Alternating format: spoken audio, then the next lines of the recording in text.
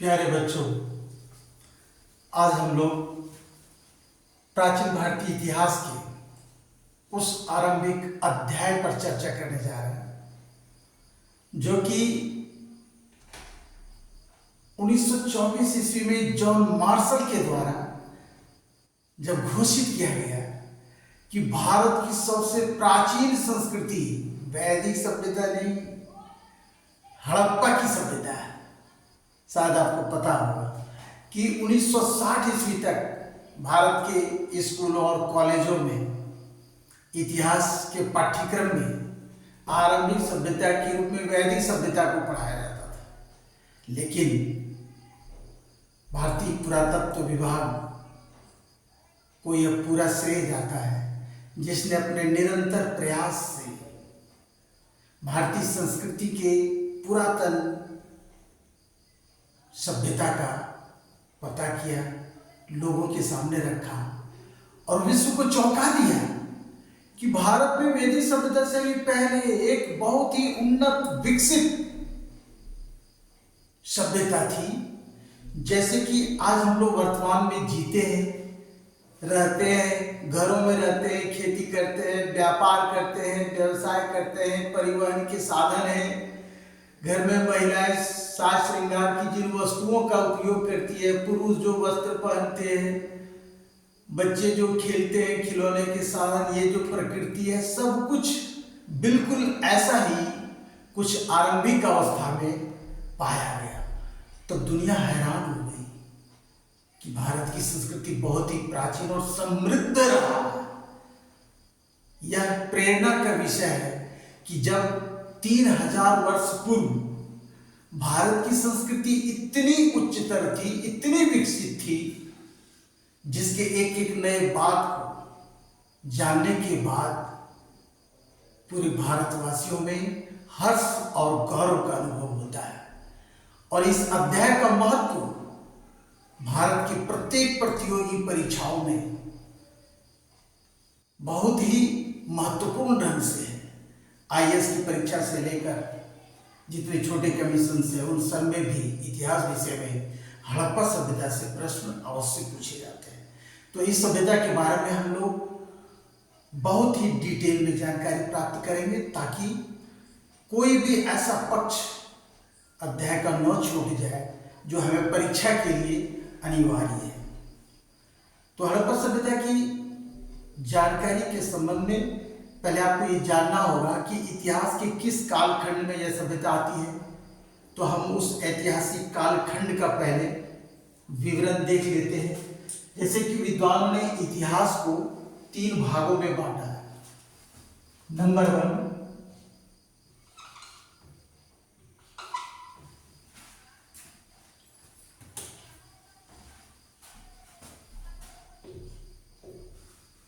प्रागैतिहास।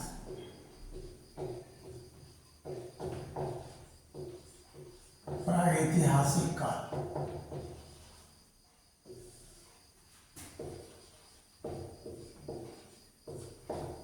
प्रागैतिहासिक काल उस काल को कहा जाता है जिस कालखंड में मानवीय घटनाएं तो घटी, उनके पाषाण और उपकरण तो मिले, और जिससे कि हम पाषाणकालीन सभ्यताओं के बारे में उनके पाषाण उपकरणों से जानकारी प्राप्त करते हैं, किंतु उनके पास कोई लिखित साक्ष्य नहीं है, कोई अभिलेख नहीं है। तो वह कालखंड जिसमें कोई अभिलेख न हो उसे प्रागैतिहासिक काल कहते हैं। लिखित साक्ष्य का अभाव। लिखित साक्ष्य का अभाव। जिस कालखंड में लिखित साक्ष्य का अभाव है उसे प्रागैतिहासिक काल कहा जाता है। नंबर 2, आद्य ऐतिहासिक काल।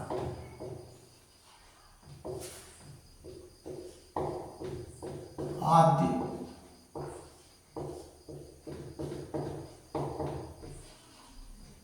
ऐतिहासिक काल, इसे प्री हिस्ट्री कहते हैं। इसे प्रोटो हिस्ट्री कहते हैं।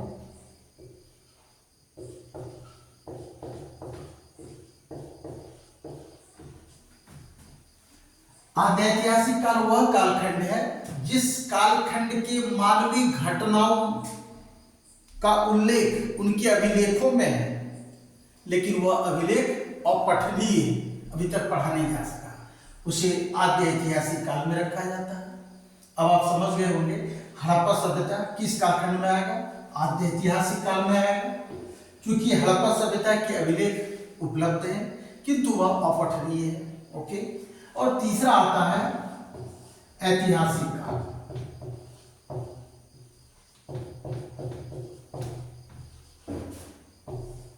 ऐतिहासिक काल, हिस्टोरिक पीरियड।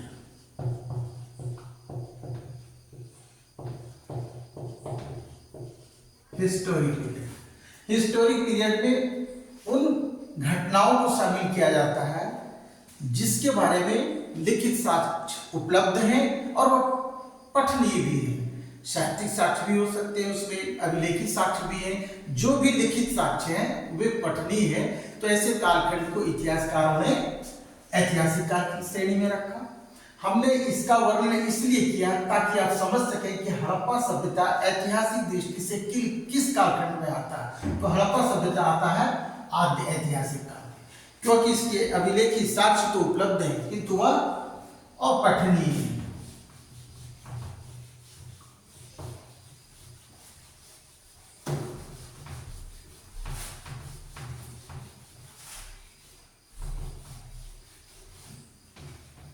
आइए हम जानते हैं, सर्वप्रथम हमें यह जानना होगा कि हड़प्पा सभ्यता का जो इतिहास रचा गया अब तक इतिहासकारों के द्वारा, वह जानकारी किन स्रोतों से प्राप्त हुआ। स्रोत ही हमें बताते हैं कि यह घटना इस प्रकार से घटित हुई। यह तो दुखद है कि अभी तक अभिलेख पढ़े नहीं जा सके हैं, इसलिए एक पूर्ण प्रमाणिक दावापूर्ण घटनाओं का क्रमवार विवरण असंभव है। लेकिन जो हमें पुरातात्विक साक्ष्य प्राप्त हुए हैं और जिसके आधार पर इस इतिहास कालखंड का निर्माण हुआ वो इस प्रकार है। तो सबसे पहले आप जाने स्रोत के बारे में। स्रोत, रिसोर्सेस। सब हड़प्पा सभ्यता की सर्वप्रथम जानकारी एक ब्रिटिश सिपाही चार्ल्स मेसन ने 1826 ईस्वी में दिया था। Charles mason east India company में एक सिपाही था। हालांकि कुछ पुस्तक और लोग कहते हैं कि चार्ल्स मेसन एक इतिहासकार था, लेकिन यह बात सच नहीं है। एनसीईआरटी और अन्य स्रोतों से यह स्पष्ट हो चुका है कि Charles mason east India company का एक सिपाही था और वह लाहौर के क्षेत्र में तैनात था। उस समय जब वह हड़प्पा के क्षेत्र में भ्रमण कर रहा था तो कुछ ईंटें, कुछ ऐसी चीजें जिससे लगा कि यहाँ पर पहले से कोई सभ्यता रही होगी। वह सोचा कि इसमें तो कुछ स्पेशल दिख रहा है, विशेष दिख रहा है। ये ईंटें, ये कुछ मनुष्य के उपयोग, मनुष्य द्वारा किए गए उपयोग की चीजें हैं जो बहुत प्राचीन लग रही है। तो उसने कंपनी के ऑफिस में इस बात की जानकारी दी, लेकिन उस समय ईस्ट इंडिया कंपनी के अधिकारियों ने उनकी सूचनाओं पर कोई ध्यान नहीं दिया और इसलिए 1826 के बाद इस खोज के संदर्भ में कोई विशेष इंटरेस्ट ईस्ट इंडिया कंपनी ने लिया नहीं। यही कारण है कि इस पर कोई काम नहीं हुआ और कई सालों तक यह खोज पड़ा रहा। इसके बाद 1853 ईस्वी में जो भारतीय पुरातत्व विभाग के जनक माने जाते हैं डॉक्टर कनिंघम महोदय, ये जब मुल्तान से लाहौर तक रेलवे लाइन बिछाया जा रहा था, उस समय खुदाई चल रही थी। तो हड़प्पा के क्षेत्र में, वही हड़प्पा स्थान जो पंजाब के, पाकिस्तान स्थित पंजाब के मोंटगोमरी जिला में स्थित है, वहाँ पर कुछ ईंटें ऐसी मिली, बहुत अधिक मात्रा में ईंटें मिली। उन ईंटों से 160 किलोमीटर रेलवे लाइन बिछाया गया। अब इससे कनिंघम महोदय यह सोचने को मजबूर हो गए कि यहाँ निश्चित रूप से कोई सभ्यता रही होगी। हालांकि कनिंघम महोदय की जो मानसिकता, उनका जो माइंड सेट था, ये था कि भारत की प्राचीन सभ्यता वैदिक सभ्यता ही थी, और अगर यदि किसी सभ्यता के बारे में हमें लगता है कि ये सामग्रियां उससे जुड़ी होगी, तो वह सभ्यता संभवतः वैदिक सभ्यता के आसपास जुड़ी हुई घटना हो सकती है। पहले उन्होंने खुद भी विश्वास नहीं किया कि यहाँ एक अति उन्नत नगरीय सभ्यता रही होगी। कुछ ईंटें मात्र प्राप्त करने से कितनी जानकारी मिल सकती है, स्वाभाविक सी बात है।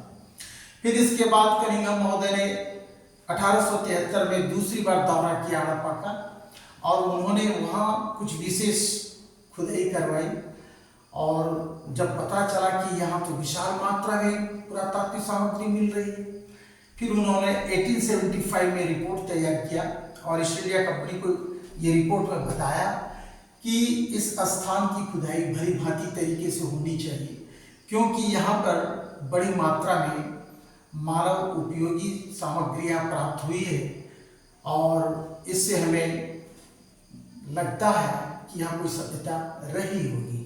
तब कनिंघम महोदय की बात को स्वीकार तो किया गया, डॉक्यूमेंट में लिखा गया, ऑफिशियल रिकॉर्ड में वह रह गया, फिर भी क्योंकि ब्रिटिश सरकार को हमारी सभ्यता संस्कृति की खोज और उन्नति से क्या लेना देना था, वो उतना इंटरेस्टेड नहीं थी। वो केवल अपने व्यवसाय और कंपनी के संचालन के लिए सोचते रहे। यही कारण है कि कनिंघम महोदय के बाद भी इस सभ्यता के संबंध में विशेष खोज नहीं हुई। जब 1904 ईस्वी में लॉर्ड कर्जन ने भारतीय पुरातत्व विभाग के कार्य उत्तरदायित्व को एक व्यवस्थित नियमावली के साथ और शक्ति के साथ, अधिकार के साथ प्रस्तुत किया, तो जॉन मार्शल के नेतृत्व में आगे खुदाई के कार्य के संबंध में विशेष योजना बनाई गई। और पहली बार हम देखते हैं 1921 ईस्वी में दयाराम साहनी के नेतृत्व में हड़प्पा की खुदाई होती है। दयाराम साहनी और उनकी टीम में MS वत्स जैसे अधिकारी शामिल थे, और उन्होंने 1921 में हड़प्पा क्षेत्र की खुदाई की। उस खुदाई से यह पता चल गया कि यहाँ एक बेहतर अच्छी सभ्यता निवास कर रही होगी। फिर 1922 ईस्वी में रखालदास बनर्जी ने मोहनजोदड़ो की खुदाई की। मोहनजोदड़ो जो सिंधु नदी के तट पर वर्तमान पाकिस्तान के क्षेत्र में स्थित है, और उसकी खुदाई 1931 तक चलती रही। लेकिन 1924 में जॉन मार्शल निश्चित हो गए कि भारतीय संस्कृति की एक बड़ी उन्नत सभ्यता यहाँ पर रही होगी, और दुनिया के सामने मार्शल ने घोषणा किया 1924 में कि एक प्राचीन सभ्यता है जो हड़प्पा में जिसका प्रथम प्रमाण मिला, और वह बाद में इसी क्षेत्र के आधार पर हड़प्पा सभ्यता के नाम से जाना गया, कि भारत की प्राचीन उन्नत विकसित संस्कृति का पता चला है। इसके बाद अन्य स्थानों की खुदाई शुरू हो गई। तो आइए हम उन स्रोतों के बारे में जानते हैं जो कि आपकी प्रारंभिक परीक्षा की दृष्टि से बहुत ही महत्वपूर्ण है। सबसे पहले देखते हैं इस स्रोत में मुहर, मुहर जिसे सील कहते हैं अंग्रेजी में। ये मुहर जो होता था, मुख्यतः अधिकांश मुहरें सेल खड़ी की बनी होती थी। सेल खड़ी का मतलब ये है कि आपने देखा होगा कि मोमबत्ती, जो मोमबत्ती होता है ना, कैंडल, उसी के प्रकृति का एक मिट्टी होता है जो जिसको स्टेटाइट कहते हैं। स्टेटाइट का मतलब सेल खड़ी होता है। सेल खड़ी मतलब चूना पत्थर जैसा, जिससे आप बोर्ड में लिखोगे तो उसे लिखाएगा भी, और बहुत मुलायम होता है, सॉफ्ट होता है, उससे लेखनी कार्य भी किया जा सकता है। वो स्टेटाइट यानी जो सेल खड़ी होता है वह चूना पत्थर की प्रकृति का होता है, मोमबत्ती जैसा सॉफ्ट होता है। तो उसी पदार्थ से, उसी सेल खड़ी से मुख्यतः मोहरें बनाई जाती थी। ये मोहरें क्या होती थी कि इस सभ्यता के लोग जो वस्तुओं का व्यापार करते थे, जैसे मेसोपोटामिया और अन्य क्षेत्रों में, अफगानिस्तान या आंतरिक व्यापार में जो सामग्री व्यापार के लिए बेची जाती थी। उसमें बंधे हुए पोटली में या बोरा में मान लो कोई वस्तु डाल दिया, बोरे को बांध दिया और फिर उसमें मुहर मार दिया, ठप्पा लगा दिया, जिससे यह पता चल सके कि वस्तु को एक स्थान से दूसरे स्थान जाने में, यानी एक जगह से दूसरे जगह जाने में किसी ने यदि इस बोरे में छेड़छाड़ किया होगा तो वह मुहर फूट जाएगा। तो इससे पता चल जाएगा कि जितनी सामग्री की गुणवत्ता इत्यादि में कोई छेड़छाड़ नहीं हुआ है, इसलिए ये सील मारा जाता था। यह व्यापार की दृष्टि से काफी महत्वपूर्ण होता था। इस मुहर में जानवरों के चित्र होते थे या कोड नंबर होता था, इसमें बहुत सारे पशु पक्षियों के भी चित्र होते थे, ऊपर से लगाया जाता था, यही मुहर था। और मुहर हड़प्पा सभ्यता की जानकारी के सबसे महत्वपूर्ण साधन है। अभी तक लगभग 2500 से अधिक मुहरें पाई जा चुकी है, जिसमें कि सबसे अधिक मुहरें हड़प्पा से ही मिला है। तो ये मुहर जो था बड़ा ही महत्वपूर्ण था इसकी जानकारी के संबंध में। इसको अंग्रेजी में सील कहते हैं। दूसरा था मृण मूर्ति, मृण मूर्तियां जो टेराकोटा फिगर्स के नाम से जानते हैं, टेराकोटा फिगर्स अंग्रेजी में इसको कहते हैं। मृण मूर्तियां क्या होती थी? बहुत सारे जानवरों, पशु पक्षियों की मूर्ति होती थी, जो हड़प्पा सभ्यता के लोगों की कला को भी प्रदर्शित करता है कि ये लोग कितने जीवंत कला का निर्माण करते थे। मूर्तियां एकदम सजीव लगती थी। एनसीईआरटी तो गजब लिखा कि ये जो मृण मूर्तियां थी, ये जो मोहरे थे, इसमें सजीव चित्रण किया गया, जिंदा भाव रखा गया।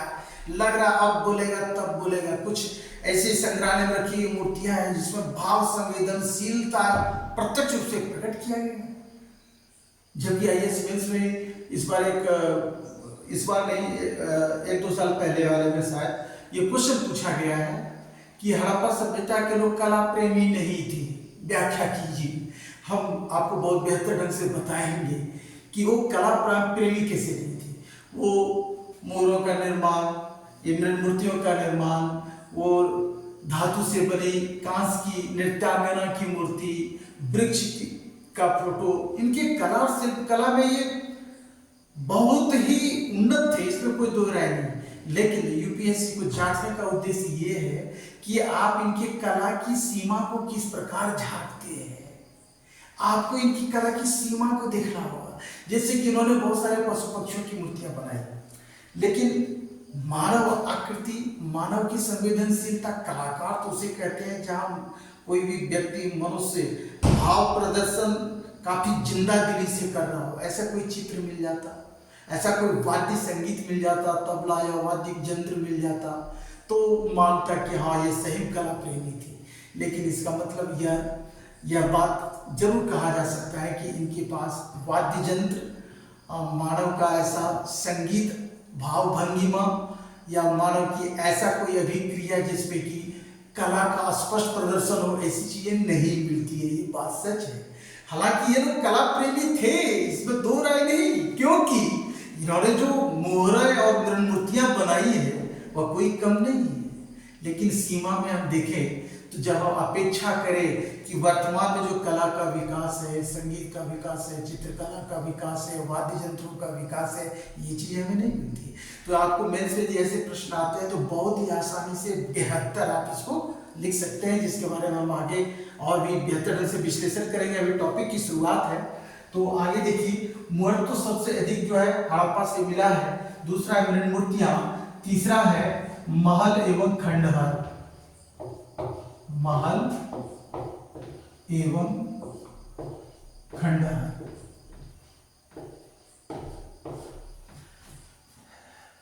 Palace and ruins. हालांकि हम अभी इंग्लिश मीडियम में आगे इसी पर चर्चा करेंगे, अभी हिंदी मीडियम में चल रहा है, ठीक है। फिर नेक्स्ट है मेसोपोटामिया, मेसोपोटामिया की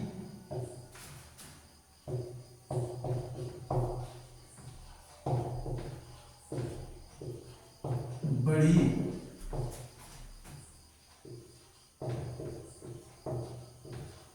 बेलनाकार मुहर जो मोहनजोदड़ो से प्राप्त हुआ है।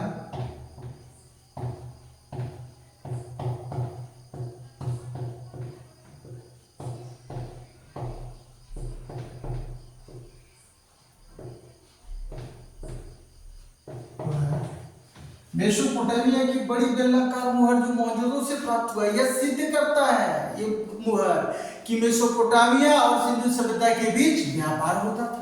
बड़ी बेलनाकार मुहर मिला है मोहनजोदड़ो से। नेक्स्ट, मेसोपोटामिया की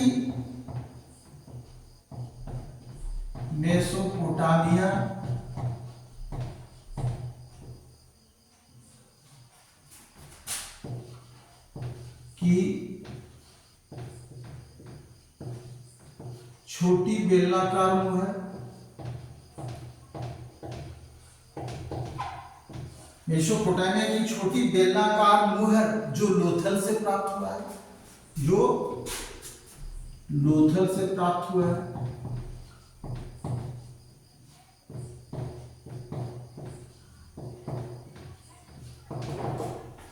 मेसोपोटामिया की छोटी बेलनाकार मुहर जो लोथल से प्राप्त हुआ है।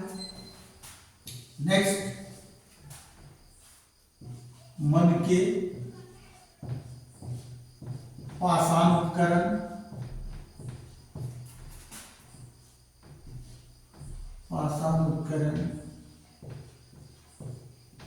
धातु उपकरण,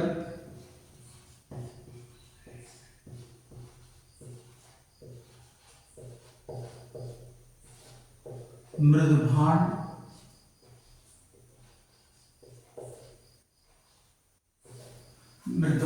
इत्यादि वो वस्तुएं जो नष्ट नहीं होती थी, जो लोग आम जीवन में रोज इस्तेमाल करते थे।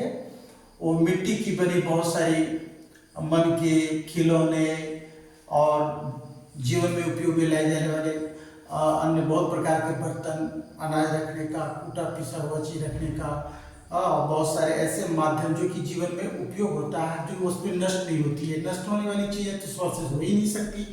ये सब चीजें जो है रिसोर्सेज स्रोत के रूप में हमें प्राप्त होता है। आइए आगे हम चलते हैं।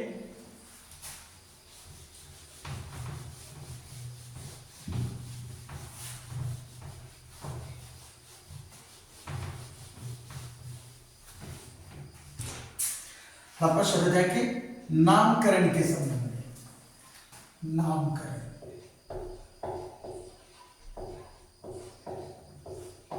यानी naming of the civilisation. Harappa सभ्यता के कई नाम प्रचलित हैं अभी, क्योंकि आरंभ में तो एक ही नाम प्रचलित था, हड़प्पा सभ्यता, चूंकि हड़प्पा में पाया गया। लेकिन वर्तमान में इसके कई नाम हैं जो परीक्षा दृष्टि से बहुत ही महत्वपूर्ण भी है, किसी भी परीक्षा में पूछा जा सकता। तो नामकरण के बारे में एक मिनट चर्चा कर लें। हड़प्पा सभ्यता का सबसे लोकप्रिय नाम हड़प्पा सभ्यता। हड़प्पा सभ्यता ये सबसे आरंभिक नाम है, सबसे पहला दिया गया नाम है। चूंकि जब हड़प्पा में पाया गया तो हड़प्पा के नाम पर ही सभ्यता को हड़प्पा सभ्यता कहा गया। तो इसका कारण रीजन क्या है, यहाँ रीजन को देख लें। रीजन का मतलब कारण। चूंकि इस सभ्यता की खोज सर्वप्रथम 1921 ईस्वी में दयाराम साहनी ने पाकिस्तान के पंजाब में स्थित मोंटगोमरी जिले में हड़प्पा नामक क्षेत्र में किया, इसलिए इसका नाम हड़प्पा सभ्यता रखा गया। यह सबसे लोकप्रिय नाम है, ये जानना है। यह सबसे लोकप्रिय नाम है, सबसे लोकप्रिय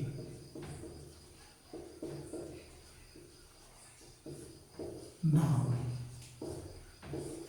सबसे आरंभिक नाम।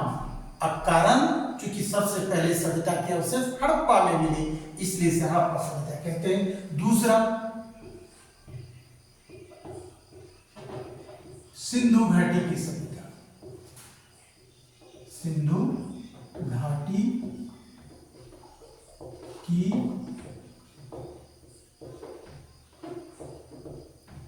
सभ्यता, इंडस वैली सिविलाइजेशन, सिंधु घाटी की सभ्यता। इसका कारण क्या था? चूंकि इस सभ्यता के अधिकांश स्थल, नगर, बस्तियां, शहर वो सिंधु नदी के मैदानों, बेसिन या उसकी सहायक नदियों के बेसिन या मैदान में पाए गए।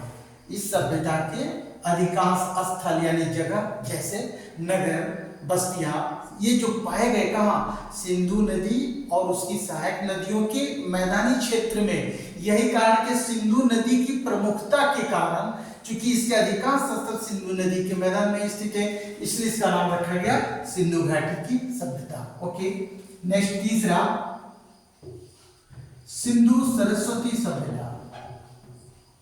सिंधु सरस्वती सभ्यता। अब सिंधु सरस्वती, यहां देखो एक नया नाम आ गया, सरस्वती। इसे सिंधु सरस्वती सभ्यता नाम अभी अभी आधुनिक संदर्भ में दिया गया 2015 में, जब कई इतिहासकारों ने इस सभ्यता के कई स्थल घग्गर नदी के किनारे भी पाया। कुछ नवीन स्थल में सभ्यता का पूर्ण प्रमाण मिल गया, जैसे हरियाणा के क्षेत्र में राखीगढ़ी और राजस्थान का कालीबंगा तो पहले से परिचित था, लेकिन ये देखा गया कि जिस सरस्वती नदी के मैदानों में भी, कालीबंगा है जो हनुमानगढ़ डिस्ट्रिक्ट में पड़ता है, घग्गर नदी वहां जाके समाप्त हो रही थी, तो ये सोचा गया कि सरस्वती नदी के किनारे भी कुछ स्थल है, जैसे राखीगढ़ी है, मित्ताथल है, बनवाली है, कालीबंगा है, तो इन सबको देखते हुए ये वर्ड जोड़ दिया गया सिंधु सरस्वती सभ्यता। और ये सबसे आधुनिक नाम है। यदि एग्जाम में पूछे गए कि हड़प्पा सभ्यता का सबसे आधुनिक नाम क्या है, तो आंसर होगा सिंधु सरस्वती सभ्यता। ये 2015 में ये नाम निश्चित किया गया। नेक्स्ट,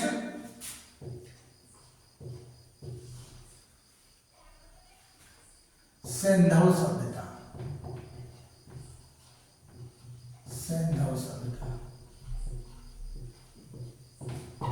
ये सिंपली लोग उच्चारण में कर लेते हैं, शॉर्ट में बोले कि ब्रीफली, जैसे इंडस्ट्रियलाइजेशन लोग बोल देते हैं। ये बोलचाल की भाषा में विद्वान वर्ग में आता है और इसका कोई विशिष्ट कारण नहीं है, लोग ब्रीफली कहते हैं सिंधु सभ्यता, इंडस वैली सिविलाइजेशन। ओके, नामकरण इज ओके। आइए अब हम जानते हैं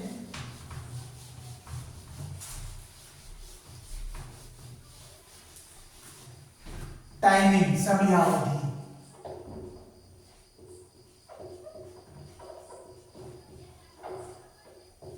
समयावधि, टाइम पीरियड।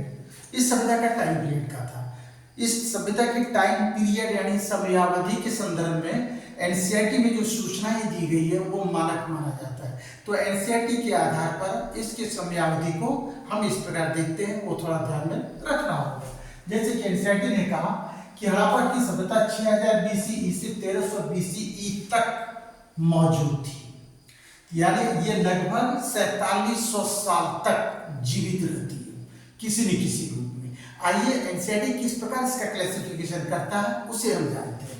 एनसीईआरटी कहता है प्री हड़प्पा युग यानी पूर्व हड़प्पा का समयावधि की दृष्टि से 6000 बीसीई को, यानी आप इसको ले लो 6000 बीसीई को इसे 3 भागों में बांटा।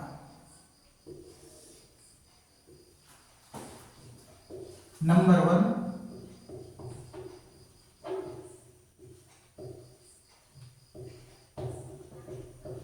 पूर्व हड़प्पा काल, प्री हड़प्पा एज। नंबर 2,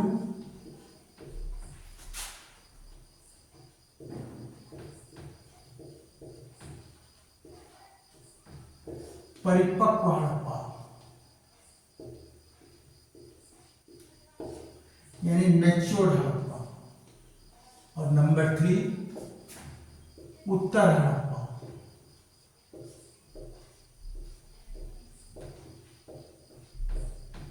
यानी लेटर हड़प्पा। इसका टाइम पीरियड डिसाइड हुआ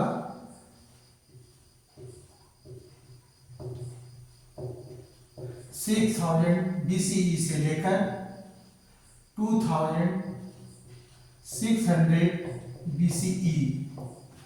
परिपक्व हड़प्पा हुआ 2600 बीसीई से लेकर 1900 बीसीई। उत्तर हड़प्पा हुआ 1900 BCE से लेकर 1300 BCE, ये एनसीईआरटी द्वारा प्रमाणित क्लासिफिकेशन है। और हम जानते हैं कि इसमें आपको एक बार आईएएस में इसमें पूछा भी था कि हड़प्पा सभ्यता का नगर नियोजन कोई आकस्मिक घटना नहीं थी, मूल्यांकन की। तो इस क्वेश्चन का संदर्भ आपको यहां से मिलेगा, और कई भी वस्तुनिष्ठ ऑब्जेक्टिव मोड में भी क्वेश्चन आ सकते हैं, लेकिन आईएएस मेंस में एक बार पूछ चुका है इसी को, तो हम इस चीज को समझ लेंगे यहीं पर कैसे। देखिए, पूर्व हड़प्पा काल जो है 6000 बीसी से 2600 बीसीई तक था। इस काल में बलूचिस्तान के क्षेत्र में किली गुल मोहम्मद मेहरगढ़ नामक बस्ती पाई गई, और किली गुल मोहम्मद मेहरगढ़ बलूचिस्तान के क्षेत्र में 7000 ईसा पूर्व से ही कृषि के साक्ष्य मिलता है। कपास उगाने का साक्ष्य मिलता है मेहरगढ़ के क्षेत्र में 7000 ईसा पूर्व में। ऐसे बाद में फिर मोहनजोदड़ो में कपास का साक्ष्य मिला। तो इस टाइम पीरियड में हड़प्पा सभ्यता के पूर्वज क्या कर रहे थे? एनसीईआरटी बहुत बढ़िया लिखता है कि हड़प्पा सभ्यता के पूर्वज कर क्या रहे थे, तो वह बाद में एक्सप्लेन करता है कि हड़प्पा सभ्यता के पूर्वज 6000 ईसा पूर्व से 2600 ईसा पूर्व के बीच में कृषि, पशुपालन, व्यवसाय के द्वारा अस्थायी जीवन जी रहे थे। उन्होंने रील का डेवलपमेंट कर लिया था, चक्के का, कृषि का, और वो एक अस्थायी जीवन जी रहे थे। तो कृषि अधिशेष जब आया, कृषि करते करते जब सरप्लस प्रोडक्शन यानी कृषि वस्तुओं का अधिक उत्पादन होने लगा, तो वो उस उत्पादन को संग्रह करके बेचने लगे, व्यापार करने लगे। इससे क्या हुआ कि उनका जो आबादी था वो भी बढ़ने लगा। अधिशेष उत्पादन से व्यापार से जनसंख्या बढ़ने लगी। धीरे धीरे गैदरिंग यानी समूहों का बढ़ना शुरू हो गया, और जो गांव थे, जो अस्थायी गांव बसे थे, धीरे धीरे वो शहर में विकसित होने लगे। यानी नगर निर्माण की प्रक्रिया अचानक नहीं हुई थी। वो पहले खेती किए, फिर व्यापार किए, उसके बाद पशुपालन, खेती पशुपालन व्यापार करते अस्थायी गांव बसे। जब वो भ्रमणशील जीवन बिता रहे थे तो दूसरे लोगों के संपर्क में आए, तो व्यापार होने लगा तो फिर परिवहन का भी विकास हुआ। तो खेती, पशुपालन, व्यापार, इन सब घटनाओं का क्रमिक परिणाम जो आया वह नगर के रूप में आया। अमलानंद घोष और धर्मपाल अग्रवाल कहते हैं कि राजस्थान की जो सोथी संस्कृति है, उसी सोथी संस्कृति का जो ग्रामीण रूप, अस्थायी रूप में जब क्रम विकास से आगे बढ़ा, तो वही हड़प्पा सभ्यता का नगर कहलाया, वही हड़प्पा सभ्यता का नगर बना। उसी क्रमिक विकास का परिणाम नगरीकरण हुआ। तो कितना बेहतरीन कंसेप्ट यहाँ से आ जाता है। और ये तो था आरंभ में कृषि, पशुपालन, व्यापार और अस्थायी जीवन, इतनी विशेषताएं इस टाइम पीरियड में रही। इस टाइम पीरियड में जो अस्थायी जीवन था नगर के रूप में विकसित हो गया। जीवन काफी अट्रैक्टिव चरम पर पहुंच गया। 2600 ईसा पूर्व से 1900 ईसा पूर्व के बीच हड़प्पा सभ्यता के लोग हर काम में प्रवीण हो गए।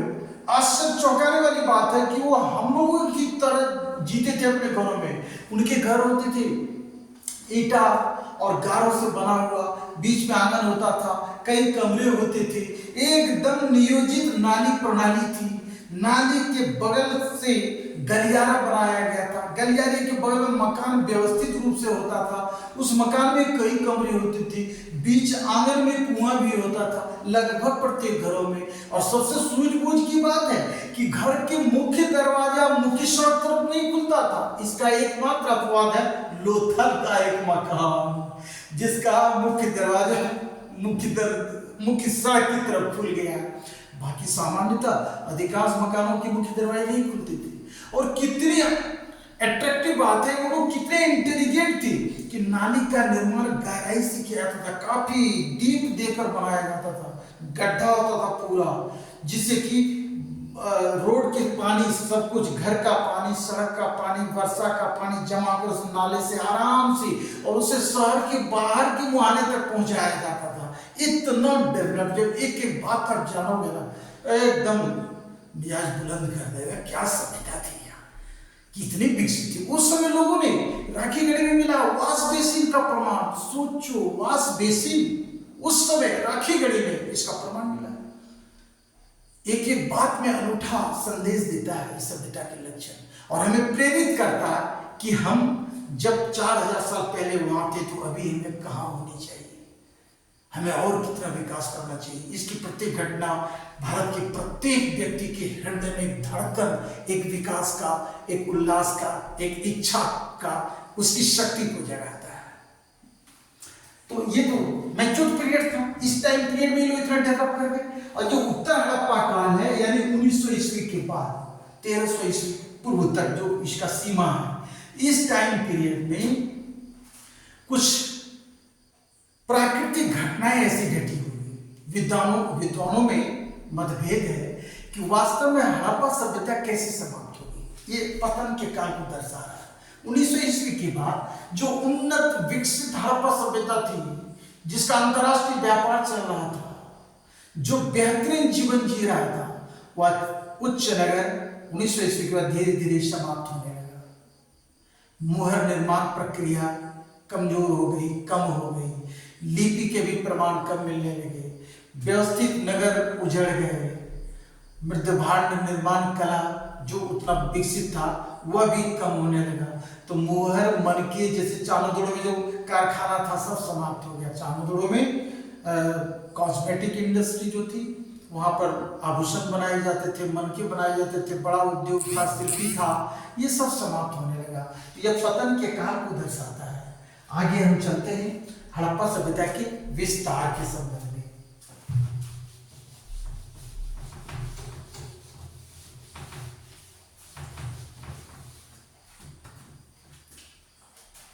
विस्तार, extension of this civilisation. Harappa सभ्यता किन किन क्षेत्रों में फैली हुई थी? विद्वानों का कहना कि हड़प्पा सभ्यता मेसोपोटामिया की सभ्यता से भी अधिक विस्तृत और विकसित थी, अधिक विस्तृत और विस्तृत थी। रंगनाथ राव कहते हैं कि हड़प्पा सभ्यता का विस्तार 12,99,600 वर्ग किलोमीटर में था। हड़प्पा सभ्यता 12,99,600 वर्ग किलोमीटर के क्षेत्रफल में फैली हुई थी। हड़प्पा सभ्यता आज की राजनीतिक सीमा की दृष्टि से हम देखें कि हड़प्पा सभ्यता राजनीतिक सीमा से किन किन देशों को शामिल कर लेती है, तो उसमें 3 देश आते हैं: भारत, पाकिस्तान, अफगानिस्तान। भारत, इंडिया, पाकिस्तान,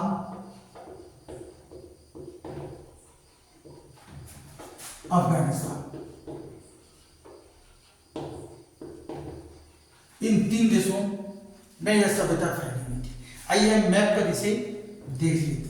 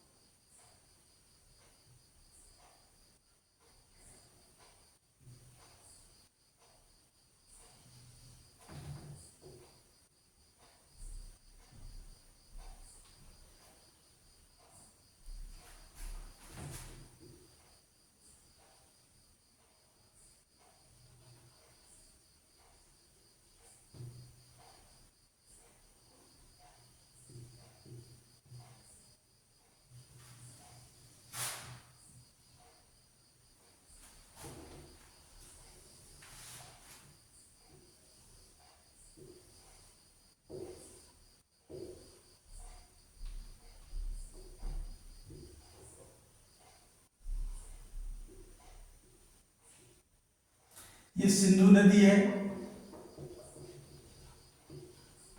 ठीक है, जो तिब्बत स्थित मानसरोवर झील से निकलती है। ये झेलम, चेनाब, रावी, ब्यास और सतलज, ये रावी नदी के तट पर यहाँ हड़प्पा था। ये पंजाब के मोंटगोमरी जिला में। ये सिंधु नदी के तट पर यहाँ मोहनजोदड़ो था। ये मोहनजोदड़ो है, ये आमरी है, ये राजस्थान के क्षेत्र में यहाँ एक कालीबंगा है, ये बनवाली है, राखीगढ़ी, मित्ताथल और ये गंगा नदी ऐसे गई। यहाँ हिंडन नदी किनारे आलमगीरपुर है, ये आलमगीरपुर है, ये लोथल, रंगपुर, धौलावीरा, नागेश्वर, सुरकोटड़ा, मालवन, भगवतराव, ये हुआ नर्मदा नदी, ताप्ती, यहाँ ये प्रवरा बह रही है। प्रवरा नदी जो गोदावरी की सहायक है। प्रवरा के तट पर यहाँ दैमाबाद और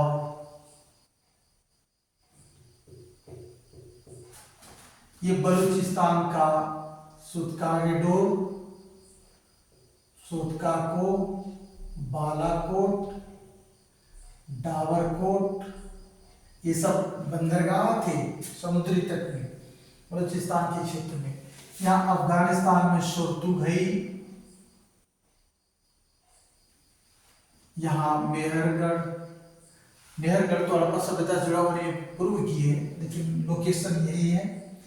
तो ये सब प्रमुख नगर, हड़प्पा सभ्यता में प्रमुख 5 नगर हुआ हड़प्पा, मोहनजोदड़ो, लोथल, धौलावीरा और कालीबंगा।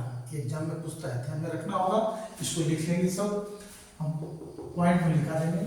हड़प्पा, मोहनजोदड़ो, लोथल, धौलावीरा, कालीबंगा, राखीगढ़ी और आमरी कोटदीजी, ये सभी प्रमुख नगर थे।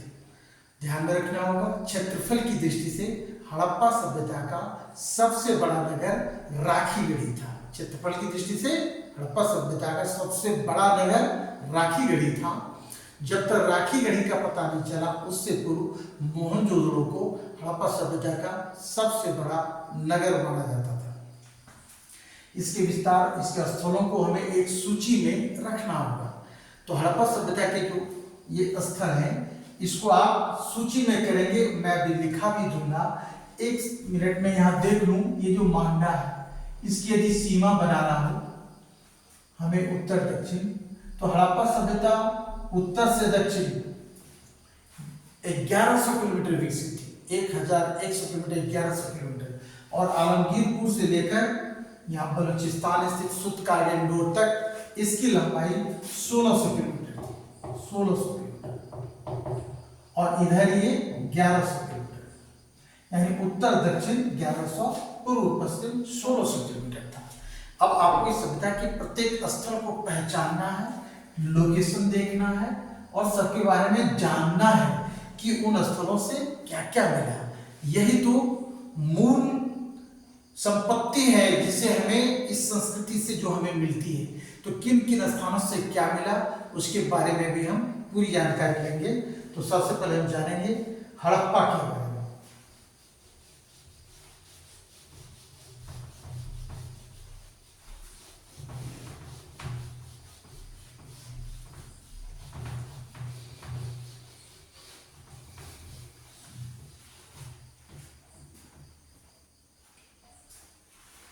सर्वप्रथम हड़प्पा।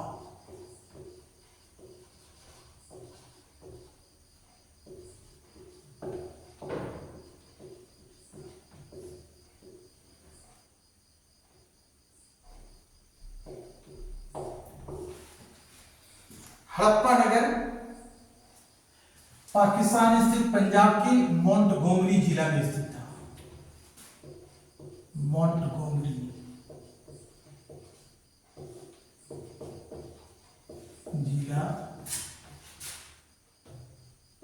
पाकिस्तान। इसकी खुदाई 1921 में दयाराम साहनी,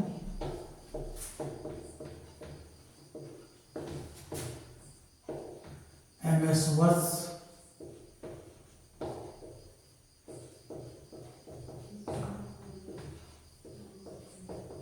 द्वारा की गई थी। हड़प्पा से हमें क्या मिला? हड़प्पा से हमें ये जानकारी मिलती है कि यह ऐसे हड़प्पा सभ्यता के लगभग सभी शहरों में यही स्ट्रक्चर था जो हड़प्पा के बारे में कह रहे हैं। लगभग कुछ शहरों में भिन्नताएं पाई जाएगी और उसको हम अलग से आपको डिक्लेयर भी कर देंगे कि कौन से शहर का जो स्ट्रक्चर था थोड़ा डिफरेंट है। जैसे लोथल का कुछ मैंने डिफरेंट था, कालीबंगा का कुछ मैंने डिफरेंट था, तो आ जाएगा। लेकिन जो अभी बताने जा रहे हैं विशेषता हड़प्पा के बारे में लगभग समान विशेषताएं सभी स्थलों और नगरों में थी।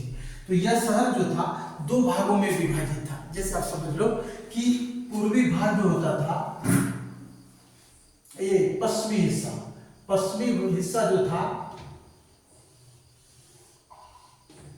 ये इसमें दुर्ग होता था। दुर्ग, बहुत बड़ा दुर्ग बना होता था। ये ऊंची ऊंची दीवारों से घिरा हुआ रहता था, जिसको कि सिटाडेल या फोर्ट कहते हैं, किला होता था।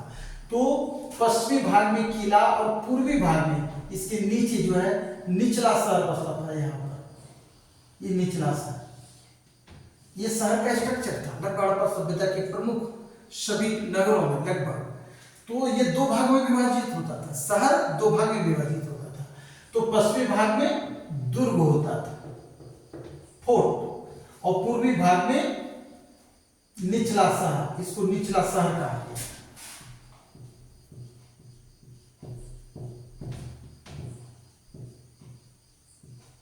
निचला शहर तो ये बताता है कि दुर्ग कुछ स्पेशल कंस्ट्रक्शन था।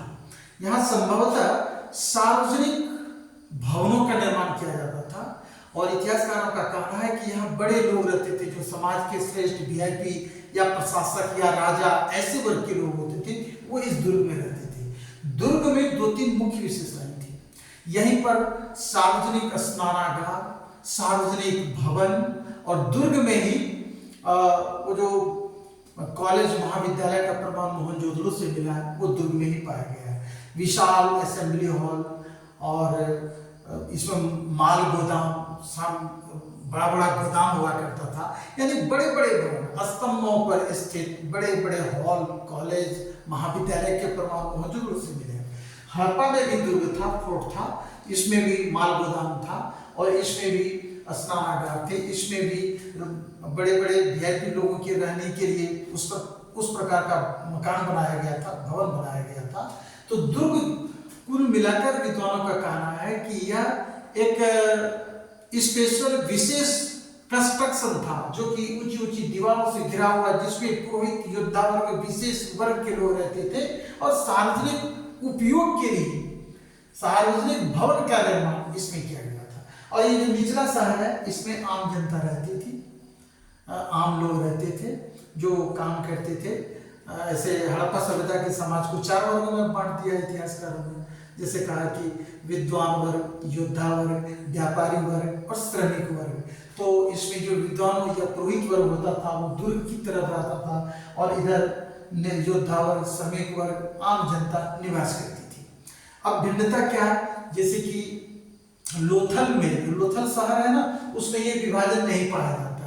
लोथल में दुर्ग और निचला नगर खुला हुआ है, कोई ऐसा फोर्टिफिकेशन नहीं किया गया है, ठीक है। और जबकि कालीबंगा में क्या किया है कि ये दुर्ग और निचला शहर दोनों को एक ही सुरक्षा दीवार से घेर दिया गया है। तो ये भिन्नता पाई जाती है, एक ही सुरक्षा दीवार, बड़े बड़े। अब इतिहासकारों में ये चर्चा का विषय है कि आखिर दुर्ग क्यों बनाया गया।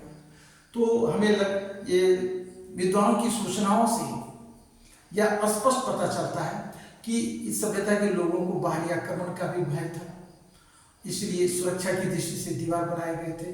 बाढ़ भी चूंकि हिमालय के क्षेत्र से हिम पिघलने की संभावना रहती थी, तो ऊंचे ऊंचे टीले बना दिए जाते थे, उस पर दीवार ऊंचा कर दिया जाता था। तो सुरक्षा की दृष्टि से ये कई कारणों से सुरक्षा की दृष्टि से इसे फोर्टिफिकेशन किया गया था। इसमें अन्नागार बनाए गए थे, सार्वजनिक स्नानागार बनाए गए थे, माल गोदाम बनाया गया था, ताकि जनता को अगर यदि इधर बाढ़ आ भी जाता है तो दुर्ग में उसका भोजन सुरक्षित रहे।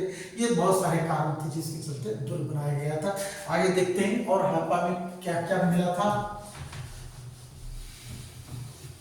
हड़प्पा में 6 के 2 कतार में, एक कतार में 6 कमरे, फिर दूसरे कतार में 6 कमरे, इस प्रकार 12 कमरों का एक अनाज भंडार मिला है, जिसे कि ग्रेनरी कहा जाता है। तो 2 पंक्तियों में 6 के कमरे का अनाज भंडार मिला है।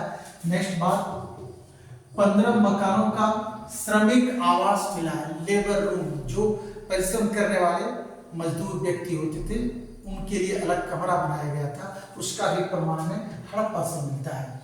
शंख का बना हुआ एक बैल मिलता है, कांसे का एक का गाड़ी मिलता है, कांसा जिसको कि टीन और तांबा मिला के कांसा बनाते हैं ना, उसका एक का गाड़ी यानी बैलगाड़ी का जो रूप होता है उसे एक्का गाड़ी कहते हैं। वो कांसे का एक्का गाड़ी मिला है। एक बर्तन पर मछुआरे का चित्र बना हुआ है, फिशरमैन जिसको बोलते हैं, मछुआरा, मछली का व्यवसाय करने वाला। एक बर्तन पर उसका फोटो है। एक उर्वरता देवी की प्रतिमा मिलता है हड़प्पा से ही। उर्वरता देवी, fertility goddess symbol is occurred from Harappa. और हड़प्पा से ही हमें एक साहुल मिलता है। साहुल जो आप जान रहे होंगे, जो राजमिस्त्री होता है मकान बनाने वाला, वह नाप करने के लिए दीवार में ईंटा को सीधा सीधा रखने के लिए वो साहुल खड़ा करता है। वो साहुल हड़प्पा से पाया गया है। और हड़प्पा से सबसे अधिक अभिलेख युक्त मोहरें मिलती है। वो जो स्क्रिप्ट है हड़प्पा सभ्यता का जो लिपि है उसका जो अभिलेख है उसका भी यहाँ से प्रमाण मिलता है। हड़प्पा से सबसे अधिक मोहरें प्राप्त होती है, सील्स दी जाता है। ये हम यहाँ भी लिख सकते हैं, आपको नोट्स में भी लिखा सकते हैं या आप उसको दोबारा सुन के लिख सकते हो। इस प्रकार हड़प्पा से मिली सामग्रियाँ यहाँ कंप्लीट हो गई। फिर इसके बाद हम नेक्स्ट स्थान मोहनजोदड़ो, चामुंडो, लोथल, कालीबंगा, धौलावीरा, राखीगढ़ी, मित्ताथल, बनवाली, अलीमुराद, राणा गुंडई, सुक्कुर इत्यादि स्थानों से जो साक्ष्य प्राप्त हुए हैं उसे भी नेक्स्ट वीडियो में बताएंगे। फिर हड़प्पा सभ्यता का नगर नियोजन प्रणाली, किस प्रकार उसकी नगरीय सभ्यता थी, नगर कैसे बने थे, उनकी नीति प्रणाली क्या थी, और हड़प्पा सभ्यता के मूल निवासी कौन कौन थे, जैसे कि भूमध्य सागरी, ऑस्ट्रेलाइट, मंगोलाइट, अल्पाइन वगैरह वगैरह, इस पर चर्चा। और फिर आर्थिक व्यवस्था जो थी, आर्थिक स्थिति हड़प्पा सभ्यता की और धार्मिक स्थिति के बारे में चर्चा करेंगे। इसके पतन के बारे में चर्चा करेंगे, व्यापार और शिल्प कला के बारे में चर्चा करेंगे और फिर यह सभ्यता समाप्त हो जाएगी। तब तक के लिए धन्यवाद।